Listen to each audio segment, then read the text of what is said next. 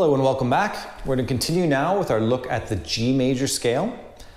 Previously we had looked at it on string number 1 and looked at how the scale was constructed. Now what we're going to do is we're going to look at how to play the scale across the strings. And we're going to stick within the first 4 frets of the bass.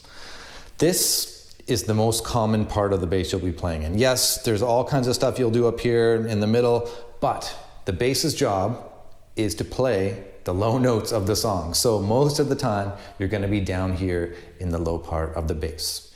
And as I mentioned before, the key of G, or the G major scale, is the most common one that you'll encounter when you're playing with guitars and probably most popular instruments. When you hit trumpets and saxophones and things like that, it might not be the friendliest key for them, but more than likely, it's the key you will run into the most often. So what we're gonna do now, we're gonna play the same thing multiple times, but we're gonna think about it differently each time. And what I'd like you to do is go through the first time, maybe play it for a few days, get used to it, and then continue on with the next 2 sections of the lesson. So the first way we're gonna do it is we're going to find, like I said, a range of the bass. And we're gonna go to our 3-fret span that we used before in our left-hand exercises. So we're only going to be covering 3 different frets. Your index finger will cover anytime you play a fret or a note on fret number 2, your index finger will be playing it. Anytime you play a note on fret number 3, your middle finger will be playing it. And anytime you play a note on fret number 4, your pinky will be playing it. Now you could play it with your ring finger, but for right now, let's try to get used to this 3-fret span and use your pinky, okay? So we're in a position, and this is called a position on the bass because you're staying in one static place. Now there's different positions up and down, but for right now, we're staying in the position of index finger on fret 2, and then middle finger fret 3, and pinky on fret 4. And I'm gonna call this position number 2 because your index finger is on fret number 2. That's an easy way to remember what position we're in, wherever your index finger is. Okay, so that's a long preamble to get to the actual scale. So we're gonna start on string number 4 with your middle finger on fret number 3, sorry. So let's hear that note. Okay, that's the only note on this string. Again, the first time through, we're just trying to think of fret numbers. That's all we're trying to do is get used to how to play the scale. So fret number 3. Okay, we're gonna go to the next string, to string number 3. And on that string, we're gonna play 0 or open, 2 with your index, and 3 with your middle. Okay, so let's do those first 4 notes all in a row. So string number 4, you play 3rd fret. String number 3, you play open, 2nd, and 3rd. Okay, now let's go to the next string, string number 2. On this string, you're gonna play open, 2nd fret, 4th fret. Okay, let's do that string again. String number 2 is open, 2nd fret, 4th fret. So hopefully you can see what I'm doing. I'm trying to build one string at a time. So we're gonna go back to the beginning, play string 4, fret 3. Move to string 3, play 0, 2, 3. Next string, string number 2, we're gonna play 0, 2, 4. Okay, and then finally, we're going to add string number 1, open. Okay, let's put that all together. So we have string number 4, fret 3, string number 3, we go 0, 2, 3. String number 2, we go 0, 2, 4. And then string number 1, we play 0. All right, so a couple things, I know I've been talking over top of this. A couple things that are really important is to try to make every note the same length. So you're not pausing when you switch strings like this.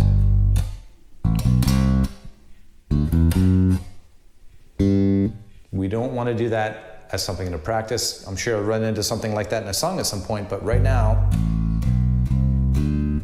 all the same length. And also try to make them as connected as possible, meaning that one note lasts until the next one starts.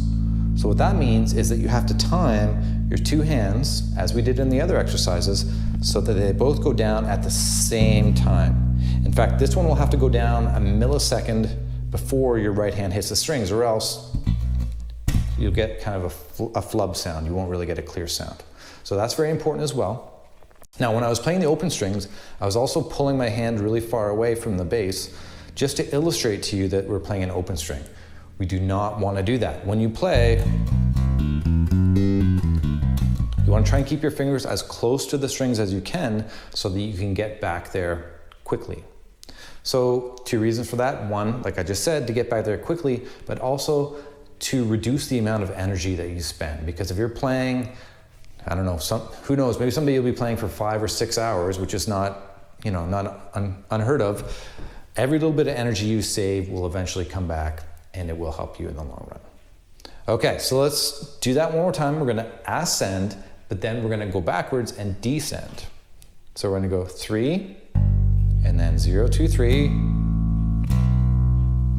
0, 2, 4, and finally 0 on string 1. Now when we go backwards, what I'd like you to do is when you go, for example, to string 2, put all your fingers down immediately so that all you have to do is just lift off instead of trying to move multiple fingers at once. It's much easier this way in the long run, even though right now it might seem more difficult. So going backwards or descending, we have open string 1, and then on string 2, we're gonna put all our fingers down and play 4, 2, 0.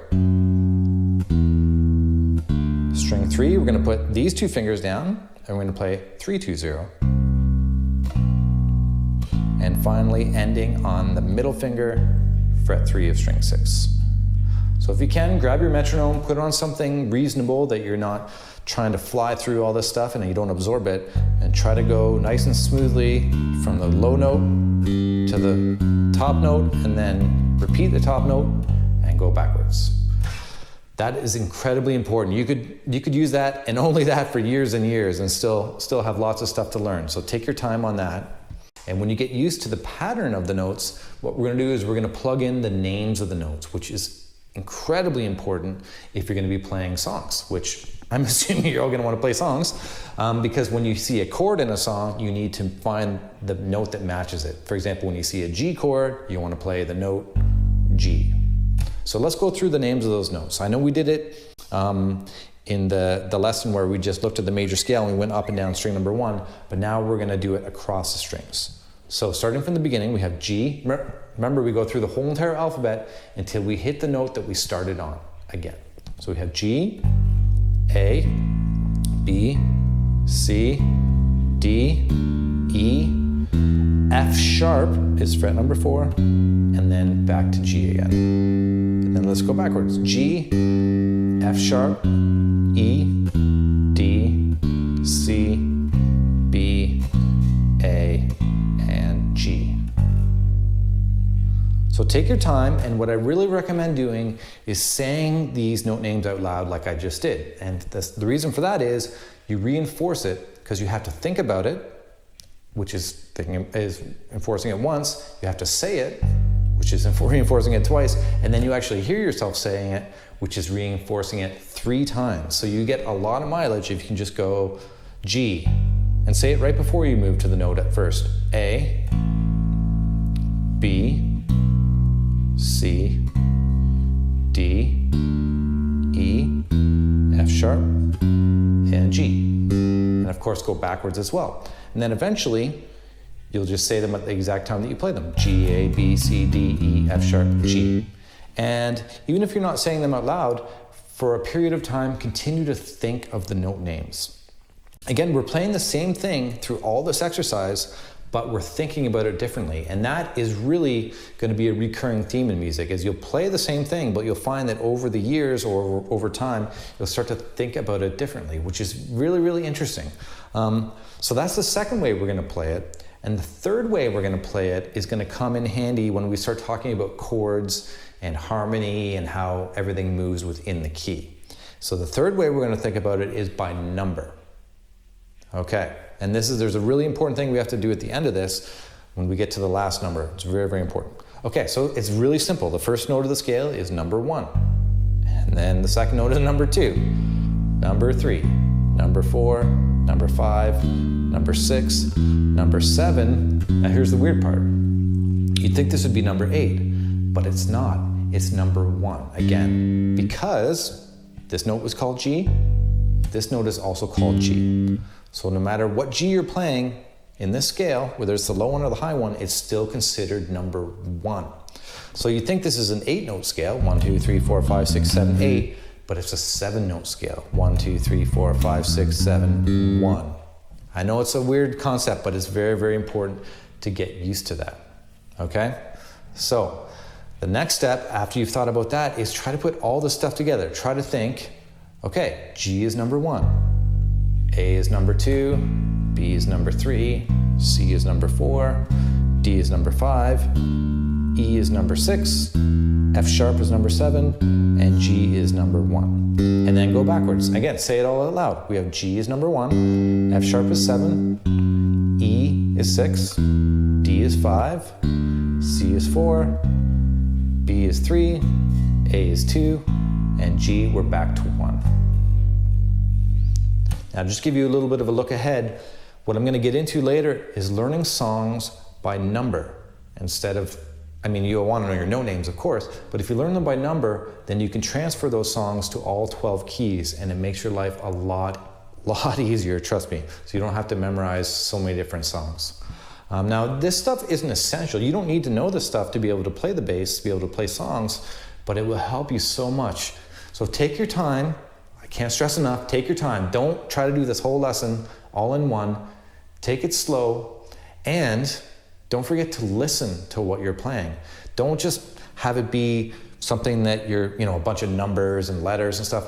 Try to hear what you're playing, or even better, sing along with what you're playing, as long as there's no one around. No one wants to hear me sing. But what'll happen then is it will internalize all of these sounds, and they won't just be, again, something that you're playing on a piece of wood and metal. It'll be something that you're hearing inside of your head that you're relaying through an instrument, which is really what music is about. For me, there's playing an instrument, and then there's playing music. I'm interested in playing music. So take your time, have fun, and I'll see you next time.